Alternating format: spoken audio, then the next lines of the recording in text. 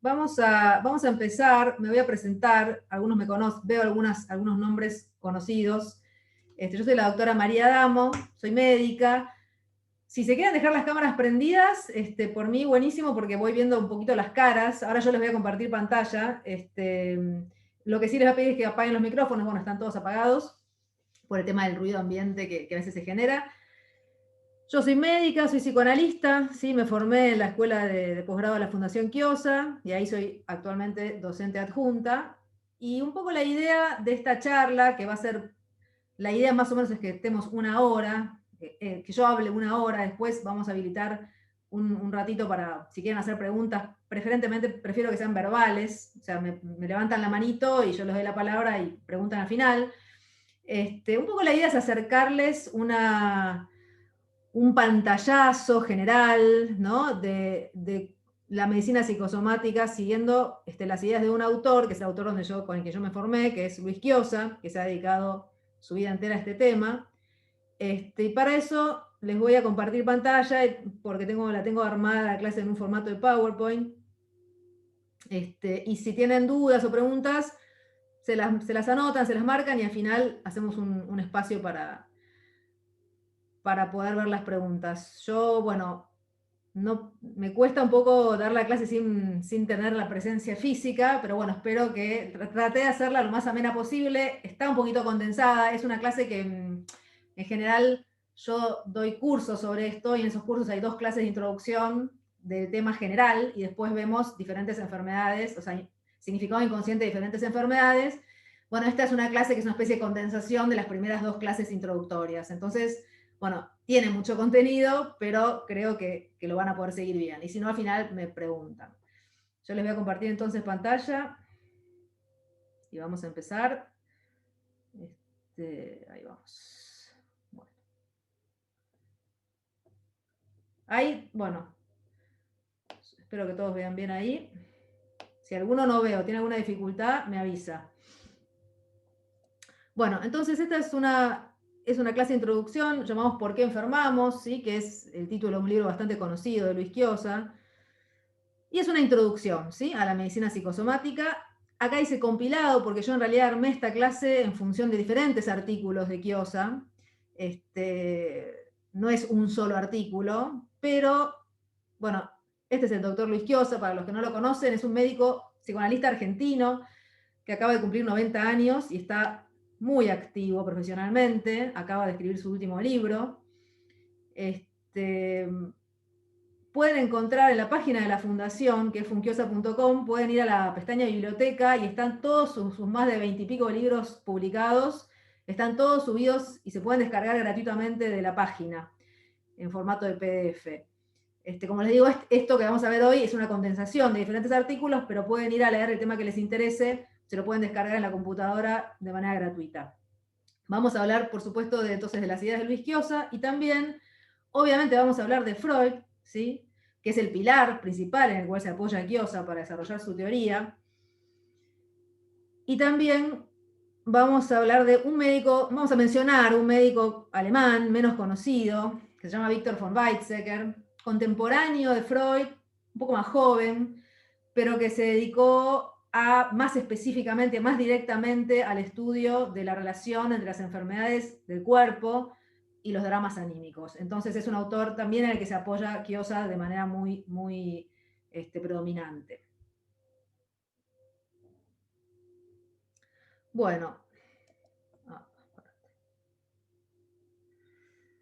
vamos a empezar. Entonces, en nuestra vida obviamente podemos tener enfermedades del cuerpo, diferentes tipos de enfermedades, por ejemplo, enfermedades respiratorias, enfermedades estomacales, cefaleas, dolores abdominales, ictericia, malestares hepáticos, infarto, obesidad. Fíjense que estoy nombrando, algunas enfermedades son agudas, algunas enfermedades son crónicas, algunas enfermedades son leves, algunas enfermedades son graves. Un sinnúmero, una variable muy grande de tipos de alteraciones en el cuerpo que podemos sufrir a lo largo de nuestra vida. Pero resulta que nuestra vida no es solo eso, no es solo el cuerpo, también está compuesta por una serie de historias. Fíjense, por ejemplo, esta imagen, ¿no? El nacimiento del hermanito, que nos evoca el tema del amor, de la fraternidad, pero también el tema de los celos, por ejemplo, toda una historia, ¿no? Escenas que forman parte de nuestra vida, del drama de nuestra vida, ¿no?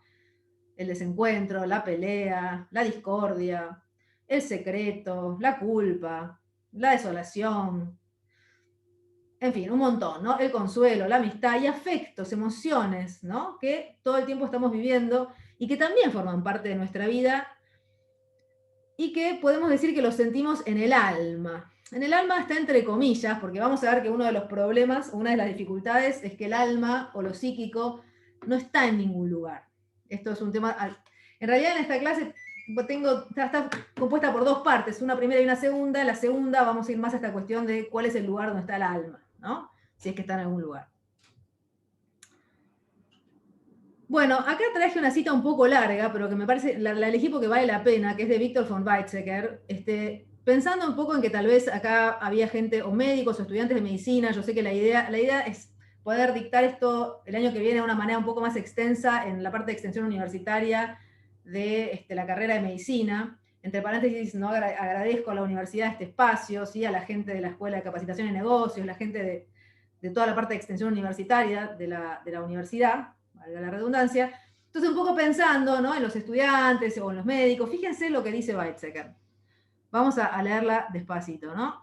Dice, aprendimos, esperen que se me parece el cartel aprendimos que el cuerpo humano se compone de tejidos y que los tejidos se componen de sustancias químicas. Aprendimos que todo esto se modifica en las enfermedades de acuerdo a la forma y a la composición. Ahora podemos emitir un juicio. Esto está enfermo. Ay, esperen que cuando toco el... Ahí está. Pero el enfermo puede decir yo estoy enfermo. ¿Es que una célula puede decir yo?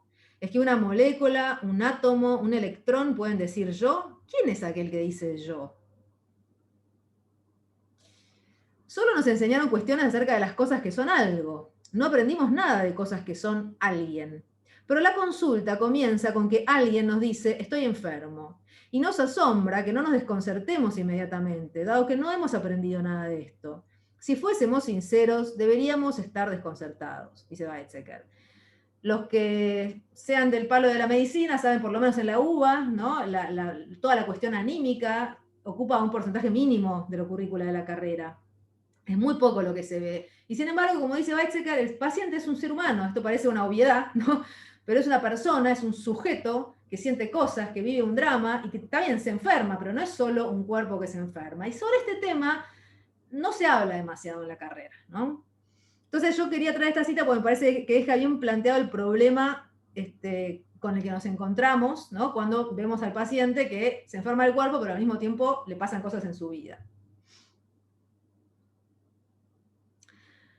Vamos a ver ahora un ejemplo, para darle un poquito más de carne a esta cuestión. Imaginemos que si en algún momento alguno no entiende, yo suelo preguntar mucho cuando doy las clases presencial si se entiende, si no se entiende, así que si alguno en algún momento no entiende algo, me interrumpen. Más allá de que al final vamos a hacer preguntas, pero si algo queda muy confuso, frénenme, porque yo prefiero ir un poquito más lento, pero que se entienda, porque como no les puedo ver las caras a la mayoría y demás, pero bueno, no me molesta si me interrumpen.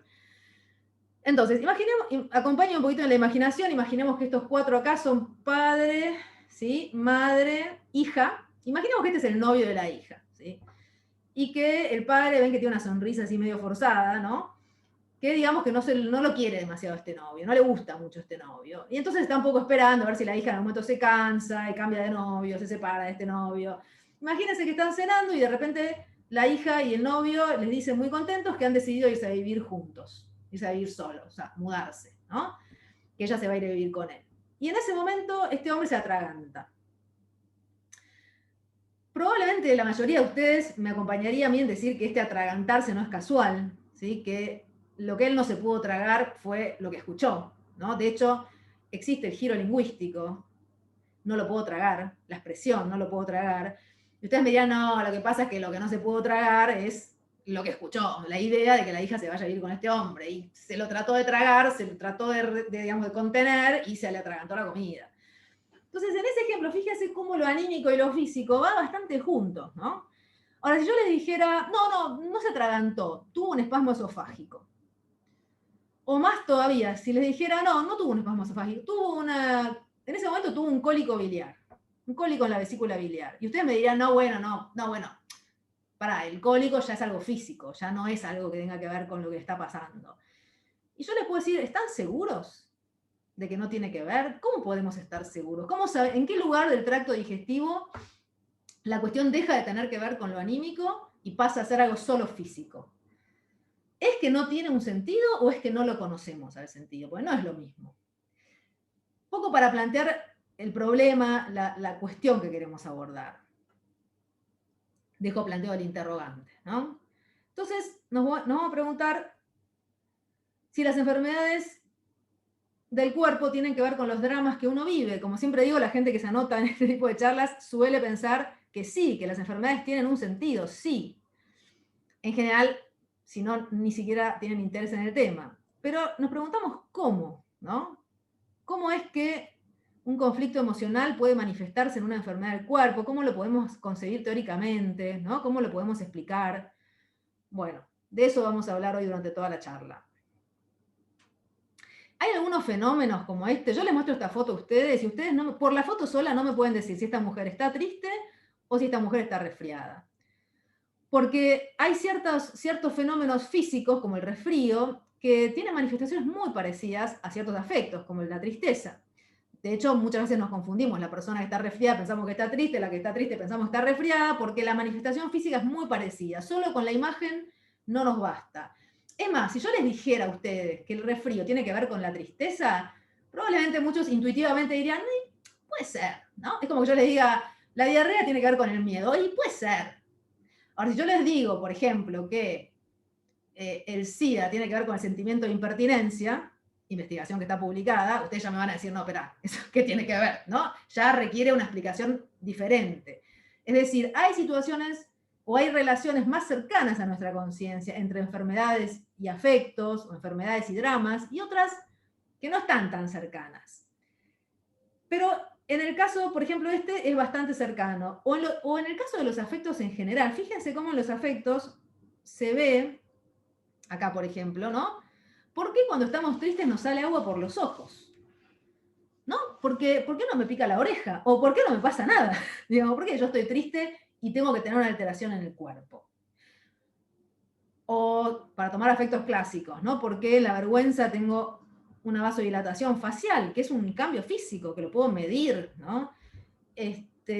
Bueno, Darwin da una respuesta a esto, que Freud la va a retomar, yo ahora no la traje porque no lo quiero hacer tan largo, pero es un tema muy interesante y es un ejemplo donde vemos cómo cuerpo y alma se modifican al mismo tiempo. Yo no podría decir que la vergüenza causó la vasodilatación facial, ni que la vasodilatación facial causó la vergüenza. Vergüenza y vasodilatación facial son una misma cosa, ¿sí?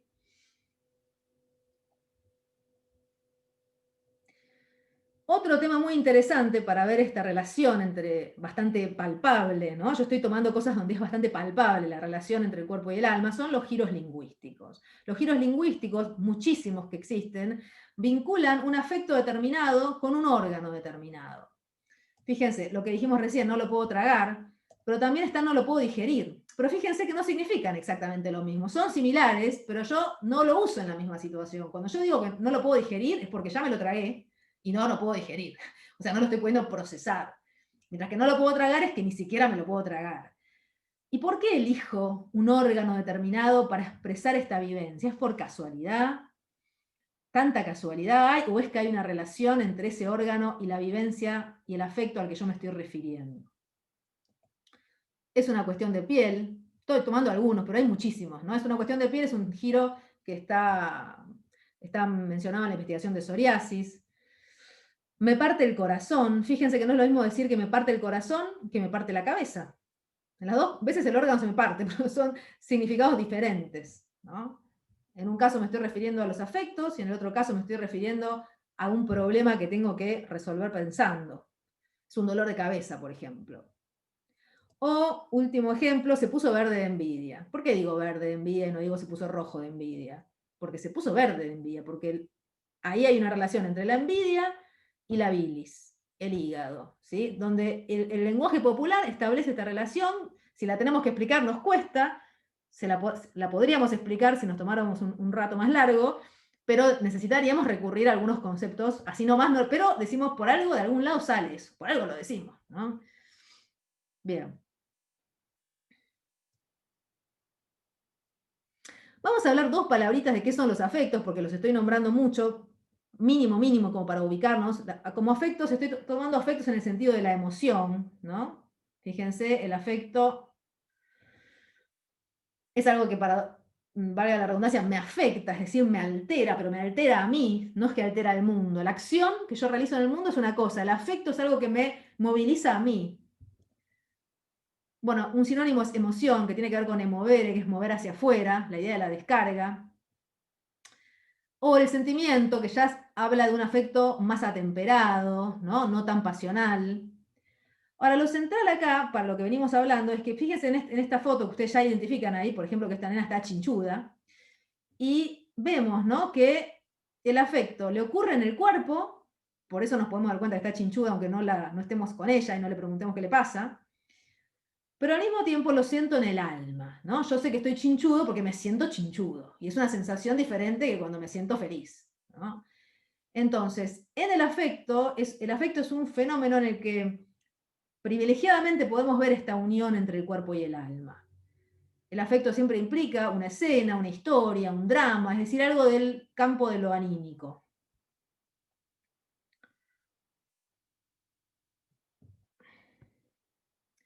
En otras personas los podemos reconocer a los afectos, como yo les decía, por sus manifestaciones físicas. Si yo les pongo estos dos dibujos, ustedes van a poder distinguir que uno está sintiendo algo relacionado con la tristeza o esa familia de afectos, y el otro algo relacionado con el enojo, la ira, la rabia. Fíjense, en un lado tienen los hombros caídos, las comisuras para abajo, las lágrimas, ¿no?, las cejas, y en el otro está rojo, con el puño crispado, hablando fuerte, ¿no? Son dos modificaciones corporales diferentes. Los afectos son procesos de descarga actuales. Cuando yo siento un afecto, se produce esa descarga dentro mío, en mayor cantidad o menor cantidad, pero se produce en el propio cuerpo, ¿no? Por ejemplo, la pataleta de la nena, ¿no? Cuando no logra lo que ella quiere en el mundo, si fracasa la acción en el mundo, se enoja y tiene la pataleta. Y se perciben en la conciencia como sentimientos o sensaciones que tienen su particular cualidad. Supongamos acá esta nena que está desolada, triste, ¿no? Diferente que la nena que tiene la pataleta, o de la nena que está contenta, o de la nena que está chinchuda, son sensaciones todas diferentes. Bien. Fíjense que yo puedo nombrarles una serie de manifestaciones físicas: el temblor, la palidez, la midriasis. La midriasis es la dilatación pupilar, la taquicardia, la piloerección, el aumento del tránsito intestinal, la taquipnea, que es la aceleración de la respiración, la sudoración. ¿Qué afecto tengo acá con todo esto? ¿Alguno se anima?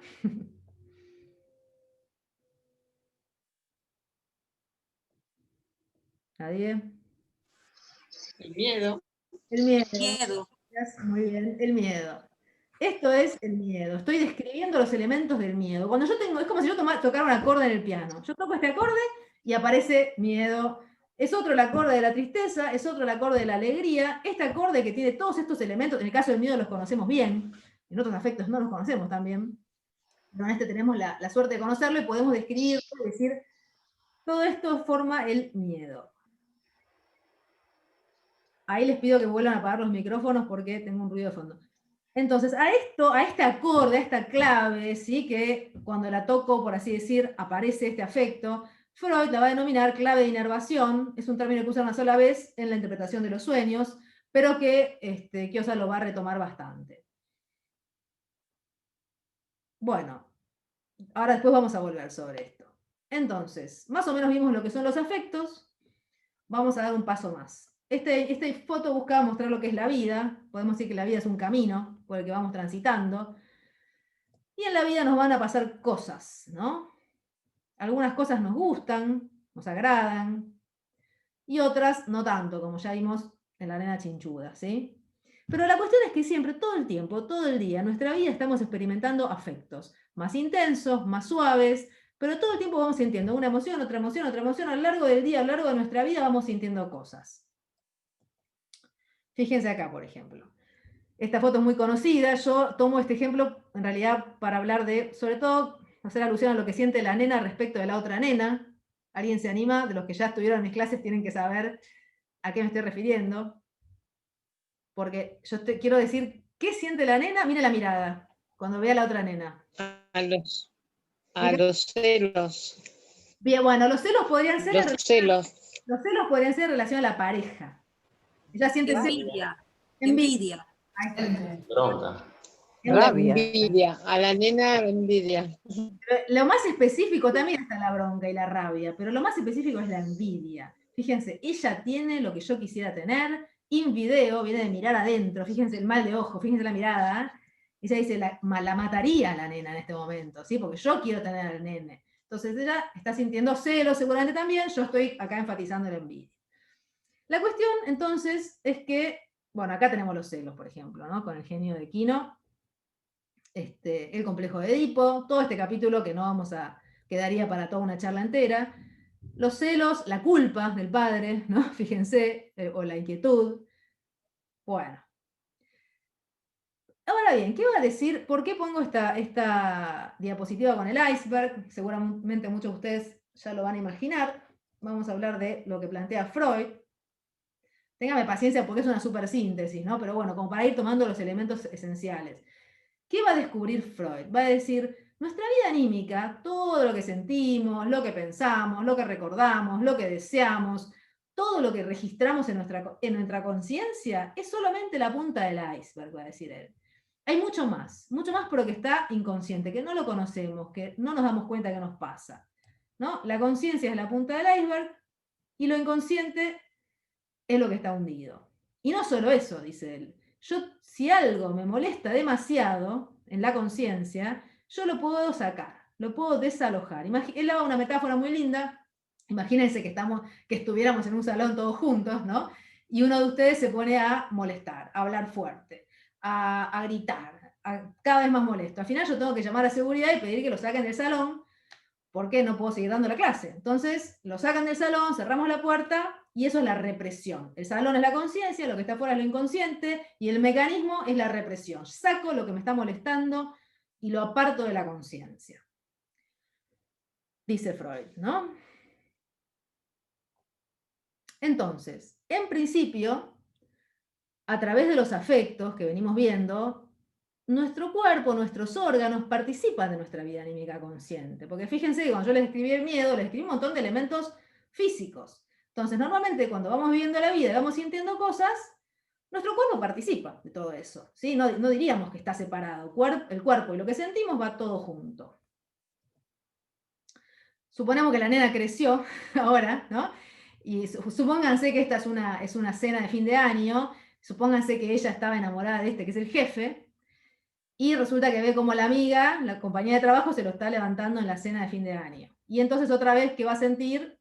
Otra vez envidia, ¿no? Miren la mirada, otra vez.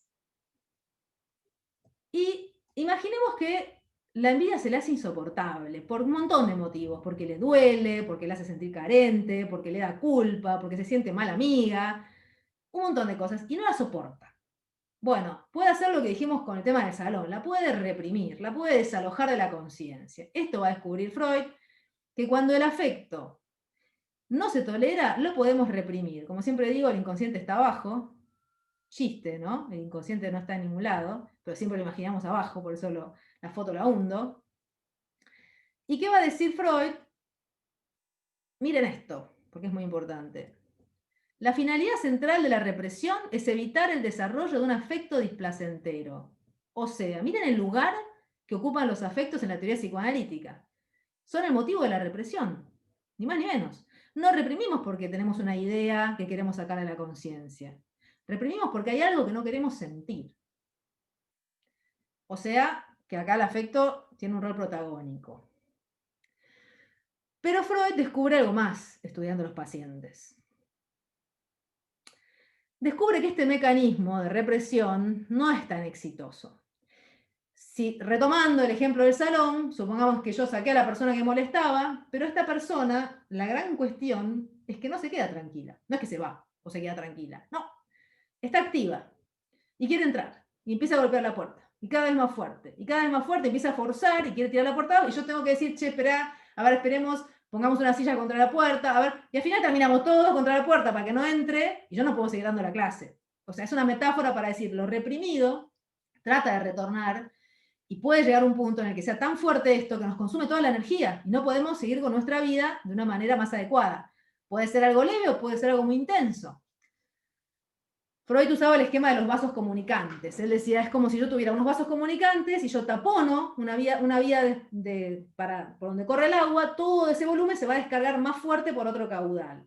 Por eso acá yo tomo una foto de una crecida de un río, como para aludir a esta idea de que cuando lo reprimo, el afecto se descarga como con más fuerza por otro lugar, que no es el normal, produciendo daños. A veces hay cosas que son compatibles con la vida normal. ¿Cuál es el ejemplo princeps, el fenómeno de la vida anímica princeps que estudió Freud para abordar lo inconsciente?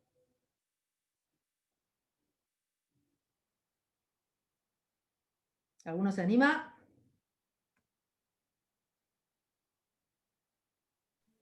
Lo sexual, la vida sexual. Sí, pero el fenómeno de la vida anímica, lo que llamaba la vía regia del inconsciente. El sueño. Los sueños, ahí va. Los sueños son una de las maneras, la sexualidad por supuesto es muy importante, pero él estudia en psicopatología de la vida, o sea, en la interpretación de los sueños y después en psicopatología de la vida cotidiana, él va a decir, lo reprimido retorna. ¿Y cómo retorna? A través de los sueños. Ejemplo, esta chica que estaba en la fiesta, que vimos recién, se va a dormir y sueña con que había habido en realidad una confusión y el jefe está enamorado de ella y no de la amiga. Dice Freud, el sueño es un cumplimiento de deseo. O, si quieren hacerlo un poco más novelesco, o un poco más traumático, sueña que a la amiga la pisan auto y se muere. ¿Sí? Eso ya sería casi una pesadilla, donde aparece este deseo inconsciente sin disfraz, las ganas de matarla que tenía, y aparecen en el sueño, y ella se despierta angustiada, porque no es que ella lo admite esto en la conciencia, ¿no? Es decir, el sueño es una manera en la que lo reprimido retorna. La otra manera es, imagínense, también de la vida normal, imagínense que está en la fiesta y sin querer le tira una copa de vino tinto en el vestido blanco a la amiga y le arruina la velada, ¿sí? Acto fallido. Es otra de las maneras en que lo reprimido retorna.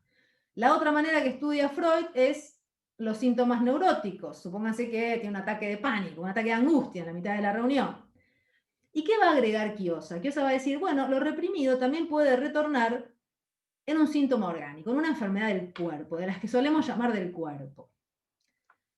Bueno, esto es lo que un poco nos preguntamos, ¿cómo sería? ¿No? Pero para que ustedes se ubiquen, que la idea es que de la misma manera que yo tengo un síntoma neurótico, un acto fallido o un sueño, también la enfermedad la puedo comprender o intentar comprender como expresión de algo reprimido. Y nos vamos a preguntar, hacer un poquito más un doble clic acá, ¿no? Veamos. En la neurosis, clásicamente, decimos que el afecto se va a desplazar. Ahora se los explico. Se desplaza el afecto sobre la representación de otra persona o escena. Ejemplo, la fobia, el ejemplo clásico. El ejemplo clasiquísimo es el de Juanito, que le tenía fobia a los caballos, pero en realidad Freud descubre que le tenía miedo al padre. Y el miedo al padre, como era conflictivo, porque también lo quería, también lo necesitaba, se reprime y se desplaza sobre el caballo. Entonces tiene miedo, en este caso de la foto sería el miedo a los gatos, la fobia a los gatos, ¿no? En la neurosis, dicho muy mal y pronto, hablamos de un desplazamiento del afecto. En la psicosis, también resumiéndolo mucho, lo que se altera es la percepción de la realidad, para no sentir eso que me duele. Por ejemplo, una madre a la que se le murió el bebé, se hace un brote psicótico, se disocia y piensa que acuna el leño, el pedazo de madera como si fuera un niño, un bebé siente ternura, pero deforma la realidad, para no sentir el dolor. Bueno, siguiendo estas maneras de concebir la enfermedad, Chiozza va a decir, bueno, en estos casos yo puedo reconocer al afecto, dice, pero no podría pasar, por ejemplo, ¿no? Si el afecto es la casita, yo la puedo reconocer, todos sus elementos, el miedo, como dijimos, ¿no? Juanito tiene miedo al caballo y le pasan todas las cosas que a uno le pasa cuando tiene miedo. Tiene taquicardia, tiene taquipnea, tiene midriasis, todo eso le pasa y yo reconozco al afecto. Entonces lo que él plantea es que uno podría pensar que en la enfermedad orgánica yo lo que hago es desfigurar el afecto, como si yo rompiera la casita, ¿sí? Y, digamos, es una metáfora para explicarlo, ¿no? Pero es como si toda esa intensidad se descargara en un solo elemento, que aparece aumentado, ¿no? Vamos a verlo con un ejemplo. Recuerden que teníamos todas estas componentes que eran la clave de inervación del miedo. Ahora imaginemos que esta mujer que siente miedo porque imaginemos que se da cuenta que está enamorada del marido de la hermana.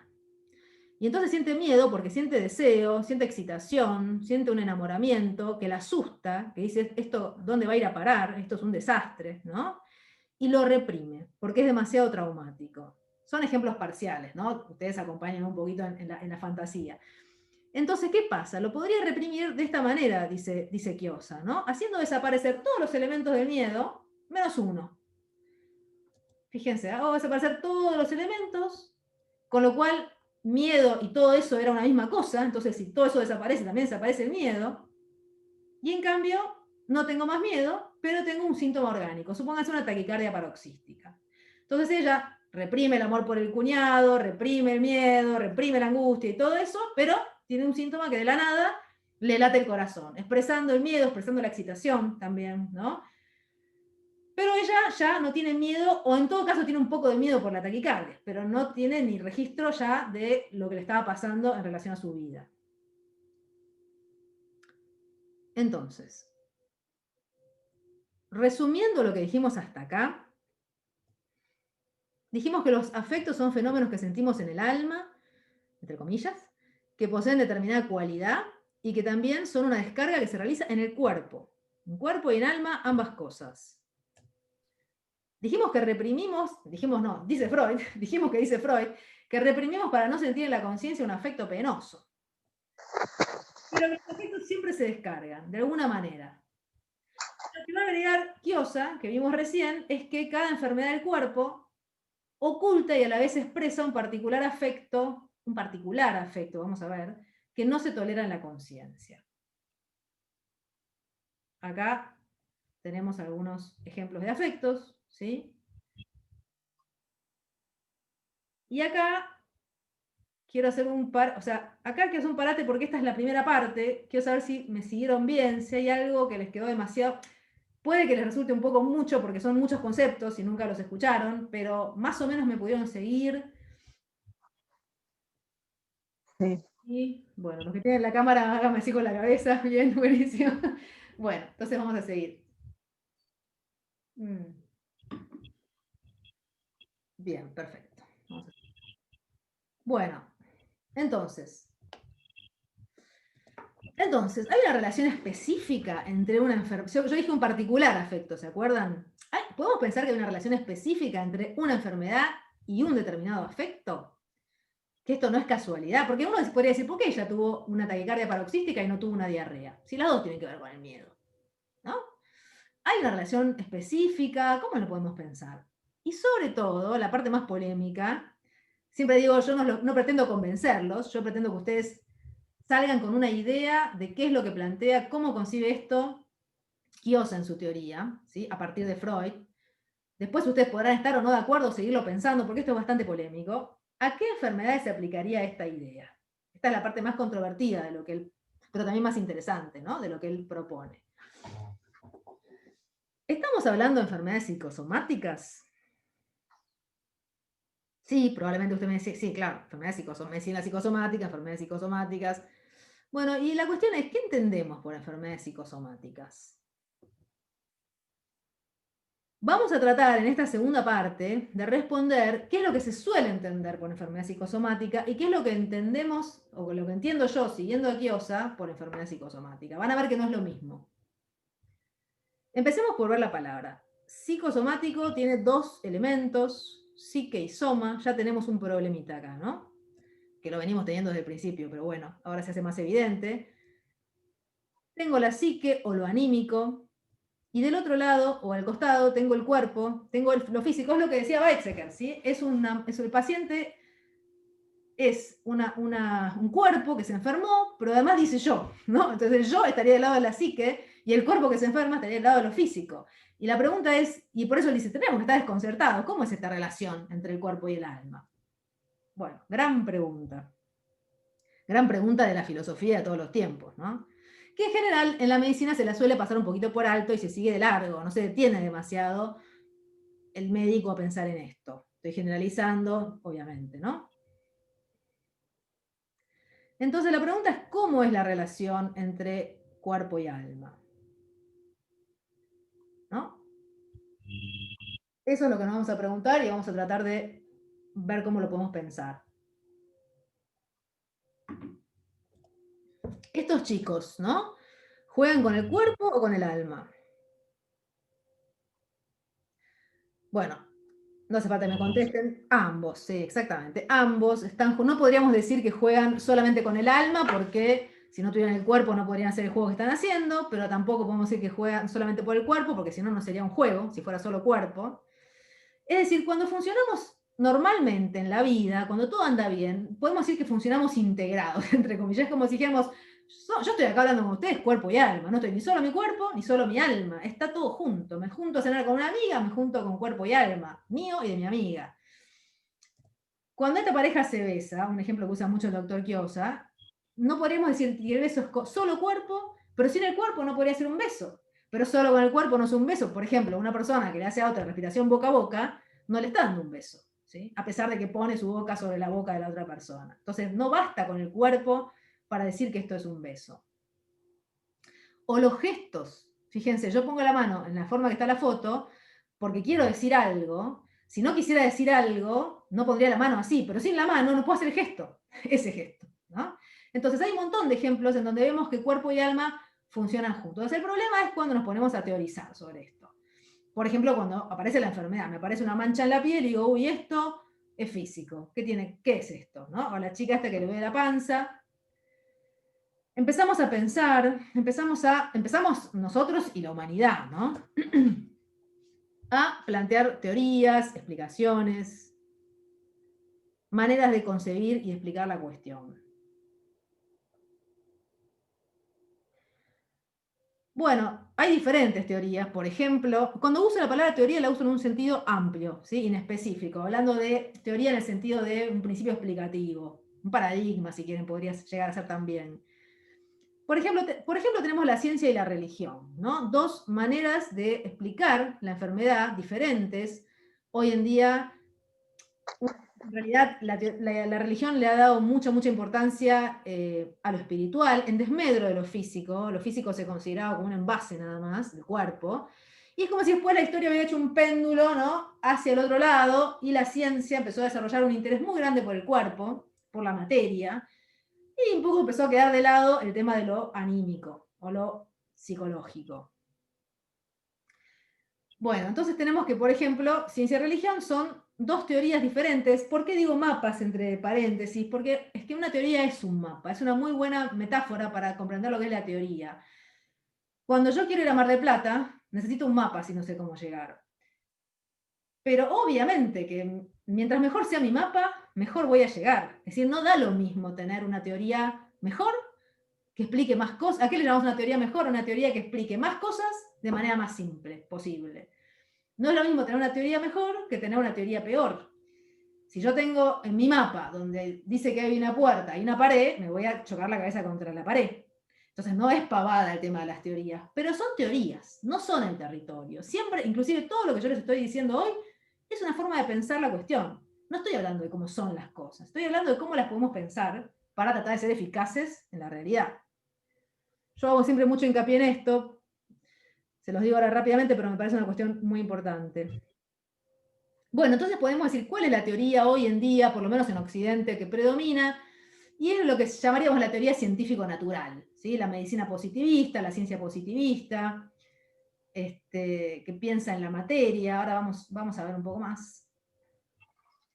Que concibe el cuerpo humano como una máquina, como decía Weizsäcker al principio, ¿no? Estudiando las alteraciones físicas Fíjense, por ejemplo, es una tapa que siempre la traigo, que es una tapa de un libro de fisiología alemán, que homologa cada sistema del cuerpo con partes de una fábrica, o esta con los engranajes. Es una manera de pensar bastante lineal, ¿no? Según esta forma de pensar, la enfermedad es una descompostura en la máquina. Es como si yo llevara mi auto al taller y se me rompió algo y el mecánico me lo tiene que revisar. Entonces digo, bueno, si yo hago una vida sana, hago ejercicio, como sano, no tomo alcohol, no fumo, tengo todos mis engranajes acá bien aceitados y está todo bien, ¿sí? Ahora, si yo tengo una vida sedentaria, como chatarra, fumo, tomo, etcétera, me aparecen todos los engranajes oxidados. Esta sería un poco la idea básica, ¿no? Entonces la enfermedad se concibe como el producto de una causa, ¿sí? Yo tengo, para hablar de este modelo, tengo que decir, bueno, yo tengo una causa que me va a producir un efecto a través de un mecanismo, ¿sí? Por ejemplo, yo puedo decir, tengo el virus de la gripe, para no decir el coronavirus, tengo el virus de la gripe que me va a causar la gripe, ¿a través de qué mecanismo? Y bueno, el virus ingresa en las vías respiratorias, me produce una inflamación del epitelio bronquial, una descamación, eso me da el catarro. Justo en el caso de la gripe, en realidad hay un montón de otros elementos del síndrome gripal que todavía no se sabe bien cómo es que el virus lo va a producir, pero si quieren podríamos tomar, me caigo al suelo y me fracturo, ¿no? La caída es la causa, es la fuerza que impacta sobre mi hueso, es la causa, a través de este juego de fuerza se produce el efecto, que es la fractura. O pueden tomar la diabetes, o pueden tomar la enfermedad que ustedes quieran. La cuestión es que trato de meter a la enfermedad en este esquema. ¿Por qué? Porque yo digo, bueno, si yo elimino la causa o interfiero el mecanismo, se me fue el efecto. Muerto el perro, se acabó la rabia, ¿no? Y esta es una manera de pensar que es muy útil en un montón de casos. Y por eso la medicina y la ciencia avanzó tanto y está tan en auge desde, no sé, 1900 o un poco antes, ¿no? Pero también es cierto que empieza a mostrar un poco sus límites, ¿no? Es decir, pensamos nosotros, o pienso yo, ¿no? Empieza a mostrar que hay ámbitos de la vida en donde las cosas son un poco más complejas. No es que esto no sirva, pero que a veces no alcanza, ¿no? Cuando todo funciona bien, ¿no? Estamos todos contentos, ¿no? La manera de tratar la enfermedad así, pensándola como un mecanismo, funciona. A ver, yo tengo un chico con un falso Krupp, le doy las gotitas de corticoides y el chico se le pasa el falso Krupp, empieza a respirar normal, parece magia, y esto es súper eficaz, ¿no? Entonces hay un montón de ejemplos en donde situaciones donde esto funciona muy bien, y por suerte lo tenemos. Y digo esto porque a veces parece que uno está hablando en contra de la medicina, y para nada, ¿no? No es así. Pero a veces, ¿no? La tecnología, esta manera de pensar, no funciona bien. Fíjense, ¿no? Los pacientes no responden al tratamiento, por ejemplo, o no lo quieren realizar, típico del diabético que no se adhiere a la dieta, o el hipertenso, o no responden, o se complican. Habrán escuchado la frase en medicina 2 más 2 no es 4, o que el diablo mete la cola, ¿no? Es decir, pasan cosas que uno dice, pero esto no estaba en el esquema, ¿no? Las cosas no resultan según este plan tan lindo que habíamos armado. Bueno, pensamos que es porque la vida es un poco más compleja que este esquema, ¿no? Fíjense, conseguir la enfermedad como la descompostura de un mecanismo constituye una inevitable simplificación que a veces sirve, pero otras veces no alcanza, podríamos decir. Además, dijimos que el ser humano es este conjunto de moléculas que dice yo estoy enfermo, o sea, es un sujeto. Que se hace preguntas cuando se enferma. Esto también es algo que no toma muy en cuenta la medicina, pero que yo pienso que me convence pensar que en el alma de cada persona que enferma, sobre todo si la enfermedad es importante, se pregunta por qué se enferma, por qué me enfermé, ¿no? Pero ¿por qué me enfermé? ¿Por qué motivo? No por qué causa, ¿no? Por ejemplo, ¿por qué aquí? ¿Por qué justo me viene a tener la misma enfermedad que tuvo mi mamá, o que tuvo mi amiga, o justo la enfermedad que siempre tenía miedo de tener? ¿Por qué ahora? El por qué ahora es más aceptado en general. Por ejemplo, ustedes seguramente no conocen a nadie que haya tenido una enfermedad el día que se casaba, ¿no? O si conocen a alguien, seguramente van a decir, no es casualidad, que justo el día que se casaba tuvo la enfermedad, o tuvo el accidente, ¿no? O se engripó, o lo que fuere. Es como más el por qué aquí es la pregunta que apunta a la especificidad, que ahora lo vamos a ver, que es decir, ¿por qué esta enfermedad y ninguna otra? ¿Es casualidad? ¿Es predisposición? ¿cómo lo puedo explicar esto? ¿No? Pero es una pregunta que está ahí en el paciente. Bueno, para estas preguntas la medicina no tiene demasiada respuesta. Y no está mal, no se le puede pedir todo tampoco, ¿no? La medicina se ocupa de lo otro que vimos, de tratar de reparar el mecanismo. Entonces, bueno, tratamos de ampliar el mapa, ¿sí? De complementarlo, de pensarlo, si podemos comprender más cosas además de estas. Esto es un poco lo que vamos a buscar. Fíjense que entender un mecanismo no es la única manera de relacionarme con los hechos y influir sobre los hechos. Fíjense este ejemplo muy lindo que trae Quiosa, que lo saca de alguien que ahora no me acuerdo. Imagínense que este señor es un ingeniero en sistemas que está encerrado en una habitación con una computadora que juega al ajedrez. Y el tipo no tiene nada mejor que hacer porque está ahí encerrado por X circunstancia y nunca en su vida escuchó hablar del ajedrez, no sabe lo que es. Entonces uno podría decir, bueno, este hombre podría, si es ingeniero en sistemas, podría desarmar la computadora, lo que se llama el hardware de la computadora. Lo podría desarmar, ver los circuitos, las conexiones, pero por esa vía nunca llegaría a entender lo que es el ajedrez. Si él quiere entender lo que es el ajedrez, tiene que ponerse a interactuar con la máquina, a ver qué movidas puede hacer, qué movidas no puede hacer, y probablemente si está mucho tiempo haciendo esto, en algún momento va a empezar a entender que hay reglas, que hay movidas que se pueden hacer, que hay otras que no, y probablemente a la larga empezaría a tener una noción de lo que es este juego a través de interactuar con la máquina. El software, ¿sí? Entonces, tenemos ahí otra vez, fíjense, el sentido, que es el juego, ¿no? Lo que se puede hacer, lo que no, y el cuerpo, lo físico. Tenemos otra vez estos dos existentes, que nos preguntamos cómo los podemos relacionar. Volvemos entonces sobre nuestra pregunta, ¿cómo se relacionan el cuerpo y el alma? Bueno, la medicina, la ciencia positivista, científico-natural, una de las grandes maneras de pensar esto que tiene es en lo que se llama el paralelismo psicofísico, que lo van a reconocer enseguida, porque esto es algo que plantea Descartes. ¿Y qué va a decir Descartes? Va a decir, bueno, uno podría pensar que existen dos grandes existentes, ¿no? La materia, que la llama la res extensa, la cosa extensa porque ocupa un lugar en el espacio, y existen las ideas, la res cogitans, la cosa pensante. De un lado tengo el cuerpo, del otro lado tengo el alma, de un lado tengo el soma, del otro lado la psique, de un lado tengo lo que está en el mundo, las cosas, los objetos, del otro lado tengo lo que está en la mente, la percepción, el recuerdo. ¿Sí? Y él decía, bueno, ¿y cómo se relacionan? Bueno, a través de la glándula pineal, decía él, que está acá dibujada, o también decía a través de Dios, no estaba muy claro cómo se relacionaban. Pero él concebía la cuestión de esta manera. Y esta manera sigue siendo muy presente hoy en día en la manera de pensar las cuestiones vinculadas a la medicina. Entonces, el pensamiento científico suele pensar, siguiendo lo que acabamos de ver, que cuerpo y alma son como si fueran dos cosas separadas. El cuerpo y el alma. ¿No? Entonces, son dos cosas separadas, es como si el paciente tuviera dos partes, el cuerpo y el alma, ¿no?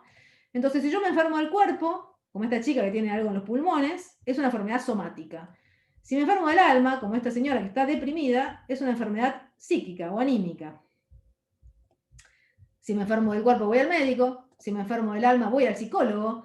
Casi como si fueran dos historias clínicas que no tienen nada que ver una con la otra. No solo, es más, es muy común ver, por ejemplo, en los médicos, que cuando el paciente, él está estudiando lo que le pasó en el cuerpo al paciente, y el paciente insiste en meter cuestiones de su vida anímica, el médico le empieza como a irritar o a molestar. Por ejemplo, supongamos una persona que tuvo un infarto, y el médico le está haciendo la anamnesis después del infarto, y le pregunta, bueno, y en ese momento, del 1 al 10, ¿cuánto le dolió?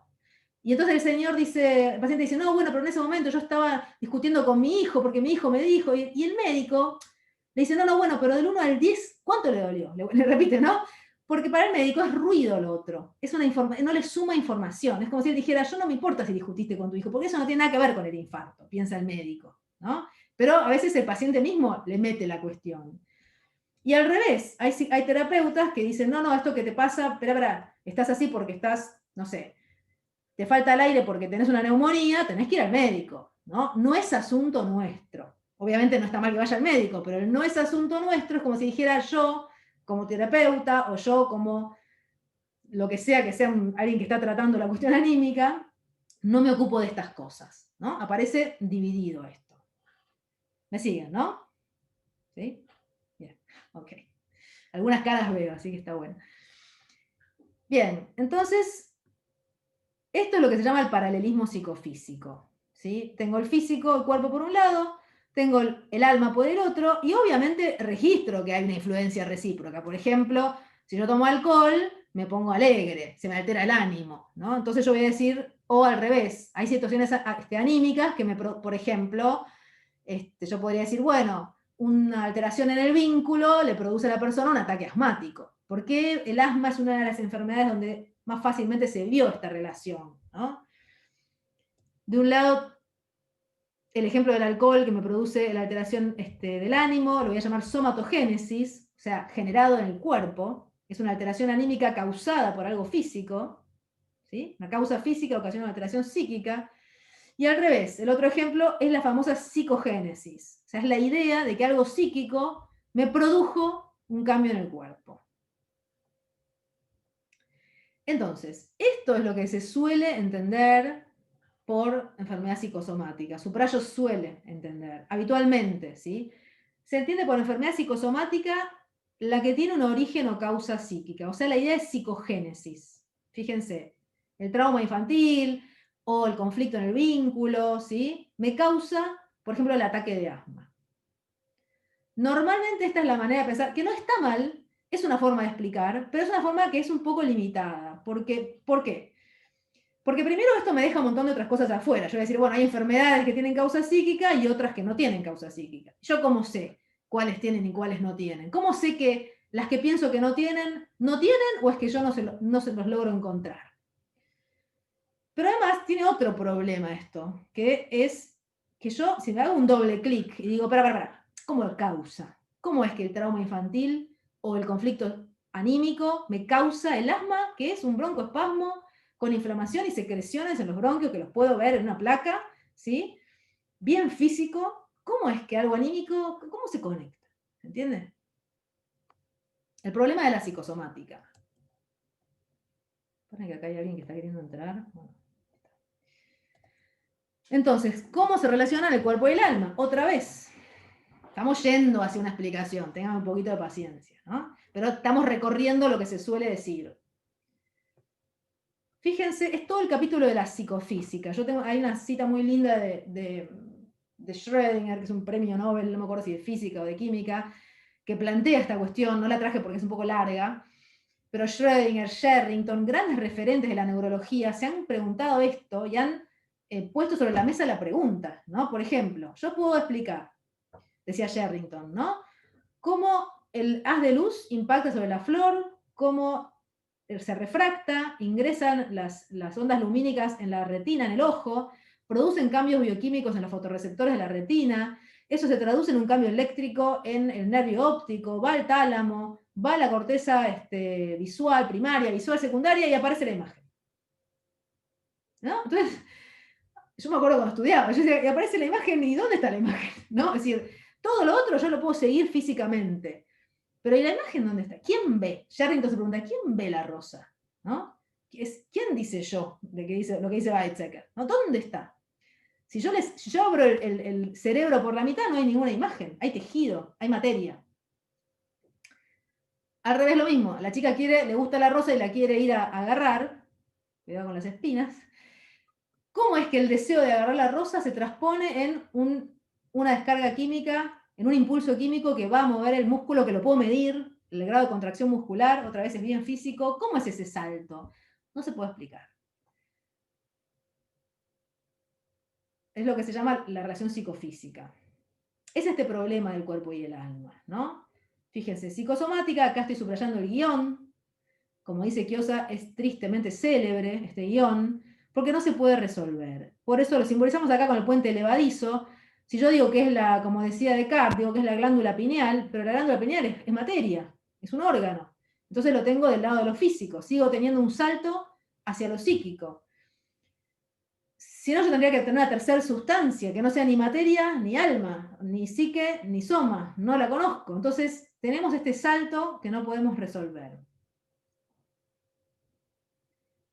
Estoy trayendo un problema atrás del otro, pero bueno, ahora vamos a tratar de dar una manera de pensarlo.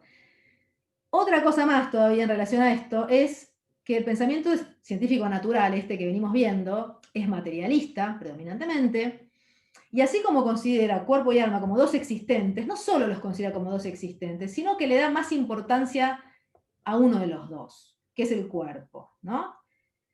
Fíjense, en general, la medicina se ocupa del cuerpo, le das el lugar, es como que lo que pasa en el cuerpo es lo que de verdad pasa, ¿no? Lo que es anímico, bueno, puede que sí, puede que no, ¿no? Pero si es algo en el físico, no, es en serio, ¿no? Es decir, la materia tiene esta cualidad que a todos nos impacta como que es real. A diferencia de, a pesar de que alguien se puede morir de un infarto por una mala noticia, ¿sí? O por una noticia. Eso puede desencadenar un infarto, pero no importa. Nosotros sentimos que la materia, lo que puedo tocar, pesar y medir, es lo que es verdadero, ¿no? Entonces, siguiendo esta postura, ¿cómo concibe el psiquismo? Como algo emergente de la materia, casi como un producto del cerebro. Yo siempre digo, para los que han escuchado alguna clase ya, van a reconocer esto, yo siempre digo que ustedes pongan en Google psiquismo o psique, y van a encontrar imágenes como esta, del cerebro. Psique y cerebro van juntos, parece, ¿no? Esta la tomé porque tiene la lucecita esa que sale, que parece que si fuera el alma, ¿no? El psiquismo que sale del cerebro. Casi como si dijéramos, bueno, como el riñón produce orina, la mente produce, el cerebro produce el psiquismo. Claro, pero la cuestión es que yo les puedo explicar cómo el riñón produce orina. Les puedo explicar que yo tomo agua, que eso se absorbe, que después se produce un filtrado de la sangre, una reabsorción, una secreción, finalmente sale por las vías urinarias y lo tengo en el frasquito. Y lo puedo medir. Y puedo hacer un sedimento urinario, un análisis de orina. Si yo les pido a ustedes, hagan lo mismo con, ok, el cerebro produce psique. ¿En qué frasquito meto la psique que produjo el cerebro?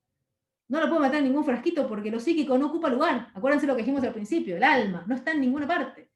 No la puedo medir, no la puedo pesar. Es difícil de concebir esto, pues estamos muy acostumbrados a pensarlo así. Además, hay otra cuestión, por si fuera poco. Supóngase que decimos, bueno, tomemos por bueno esto, tomemos por bueno que el psiquismo, supongamos que imagináramos que tomamos por bueno que el psiquismo surge del cerebro. Bueno, ¿cuántas neuronas tengo que tener para tener psiquismo?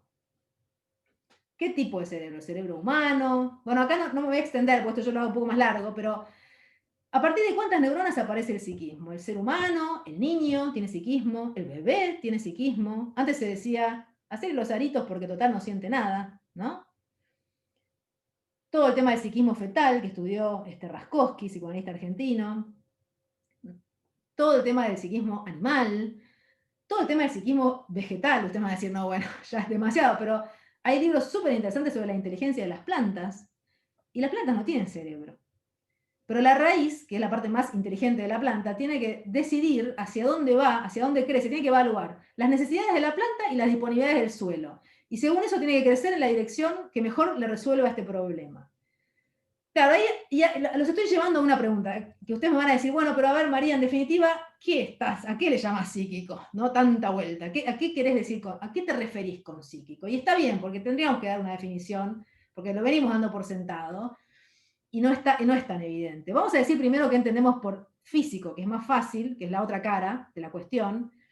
Bueno, seguramente si yo les preguntaría, ustedes me lo responderían bastante fácil, que físico es lo que podemos percibir con los 5 sentidos, ¿sí? Lo que podemos tocar, medir, pesar, los objetos, ¿sí? Que están en el mundo y los podemos percibir, ¿no? Yo agarro el mate y digo, bueno, el mate tiene tanto tamaño, pesa tanto, tiene este color, físico. Y psíquico, bueno, tomamos, Kiosa toma, ¿sí? Una definición que da Freud en 2 lugares, uno me acuerdo y el otro es en Psicopatología de la vida cotidiana. ¿Qué va a decir Freud? Va a decir, bueno, se puede considerar un fenómeno psíquico cuando posee un sentido. Entendido por sentido, fíjense, significado, propósito, tendencia y ubicación dentro de una serie de nexos que conducen a un fin. O sea, cuando en el ejemplo del principio de todo, del tipo que se atraganta, ¿no? Ustedes si me acompañaban un poco me iban a decir, no, bueno, se atragantó, bueno, no se pudo tragar el comentario, ¿no? Como decía Juana Molina. decimos, ¿no? No se lo puedo tragar. ¿Por qué? Porque ustedes se dan cuenta que tiene un sentido, que el no tragar de él no fue algo mecánico, fue algo que él no quiso evitar tragar algo que había escuchado y que no le había gustado. Ustedes ven ahí una intención, es como si él dijera, esto lo quiero escupir, lo quiero sacar de adentro mío. Ustedes identifican ahí un significado, un propósito, una tendencia, es decir, identifican un sentido. Si no lo hubieran identificado, dirían, no, bueno, fue algo mecánico, no, fue algo físico, tuvo un espasmo de la garganta, qué sé yo, no tiene sentido, ¿no?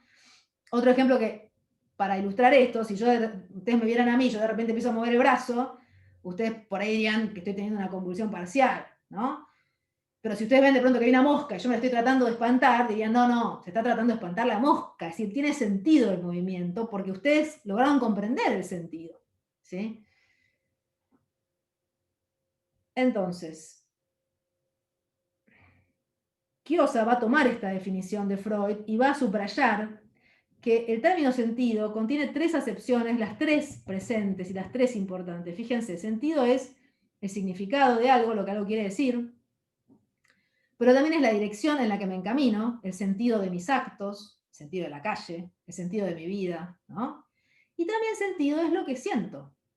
Y ahí tenemos de vuelta los afectos. Entonces, ¿por qué algo tiene sentido? Cuando el tipo no se quiere tragar el comentario es porque le molesta, porque siente algo que no quiere, algo que no quiere aceptar o que se quiere sacar de encima, y entonces este afecto y esta vida emocional participa de ese sentido, ¿sí? Esa intencionalidad.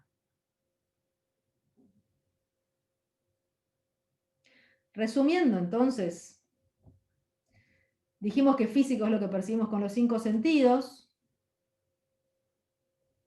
y que llamamos psíquico a lo que comprendemos por su sentido. Por ejemplo, un drama, una historia.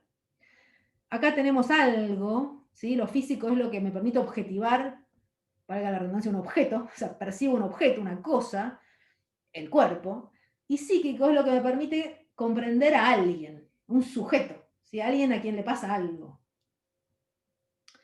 Y entonces vamos a llegar finalmente a qué es lo que propone Chiozza para pensar esta relación. Bueno, Chiozza va a proponer esta relación entre cuerpo y alma, va a proponer pensarla así. Es una propuesta teórica, ¿sí? Es una manera de pensarlo. ¿Por qué pongo la moneda? Porque la metáfora que él siempre usa es la de las dos caras de la moneda. Él dice, ¿qué pasa si pensamos que no es que hay algo físico y hay cosas físicas y hay cosas psíquicas, como decía Descartes, sino qué pasa si pensamos que todo es, que la cuestión es cómo lo percibimos nosotros? ¿Vieron que, por ejemplo, las abejas ven colores que nosotros no vemos? Porque están construidas de una manera para ver esos colores. Entonces, uno podría decir, bueno, nuestra conciencia está construida de manera tal que podamos captar cosas que le ponemos una etiqueta y decimos esto es físico, ¿sí? Me veo una mancha en la piel, digo esto es físico, y otras que yo digo esto es psíquico, ¿sí? Me leen una poesía que me conmueve, que me pone contenta, y digo esto me produce un efecto anímico, esto me gusta, ¿sí? No estoy poniendo el acento en lo físico. Pero no es que las cosas sean o físicas o psíquicas, sino que según cómo lo... Pongamos el ejemplo de la misma moneda. Fíjense, Chiozza plantea que cuerpo y alma pueden considerarse como dos caras de la moneda. Es decir, yo podría decir que la moneda misma la puedo estudiar desde su aspecto corporal, puedo decir es una moneda que mide tantos centímetros o milímetros, que tiene tanto diámetro, que está compuesta por tal metal, que tiene tanto peso, o puedo decir, bueno, no alma en el sentido que esté viva la moneda, sino cuál es el aspecto psíquico de la moneda. Bueno, es la idea que tiene la moneda, es la idea del valor, si lo vale pronto, ¿sí? Entonces, si yo soy un fabricante de monedas, le voy a dar mucha bolilla a la materia de la moneda. ¿Cómo es la moneda que tengo que fabricar? ¿Pesada, grande, chiquita? Pero si yo estoy yendo al kiosco y quiero ver si me alcanza para comprarme lo que quiero, lo que me va a importar es qué valor tiene la moneda. No me importa si es grande o chiquita, sino cuánto vale. Pero es la misma moneda, no son dos monedas. ¿Sí? Es según qué yo estoy viendo, a qué yo estoy priorizando de este objeto. Como si fueran dos puntos de vista. Otra vez, la moneda es una metáfora para aludir a esto, ¿no? Ahora saquemos la moneda y pongamos un órgano, la boca. Podemos pensar lo mismo que pensamos con la moneda.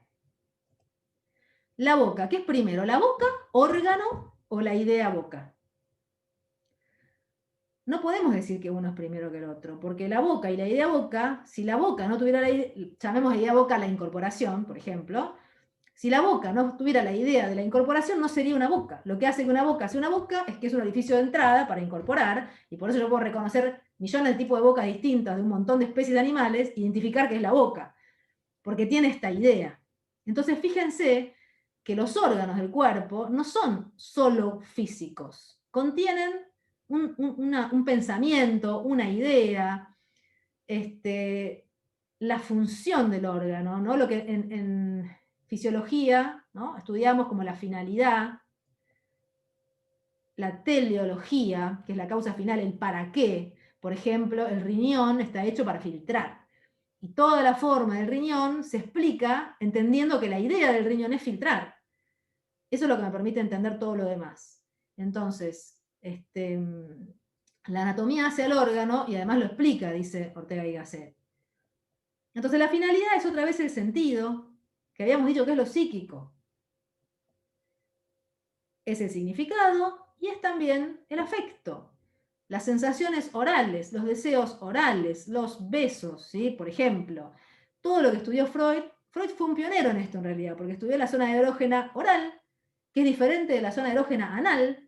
Boca y ano son órganos distintos, que funcionan diferente, que tienen distinta finalidad, y a los que se van a anudar fantasías distintas. Después vino Garma y estudió el estómago, vino Abraham y estudió el intestino.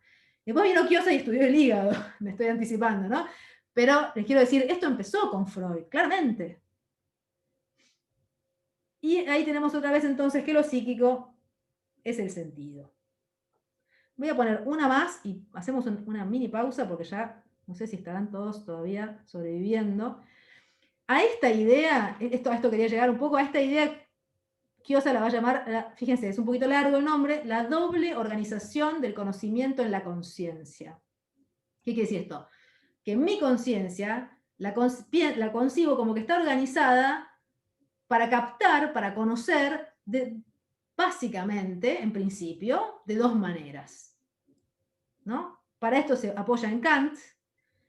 Iba a decir, bueno, como dice Kant, la cosa en sí es incognoscible, la realidad en sí yo no sé lo que es. Yo la puedo conocer en mí, es decir, a través de mis órganos de la percepción, a través de mi conciencia. Y ahí voy a poder identificar dos grandes aspectos, ¿sí? Lo físico y lo psíquico. Pero lo interesante es que no siempre están los dos conscientes.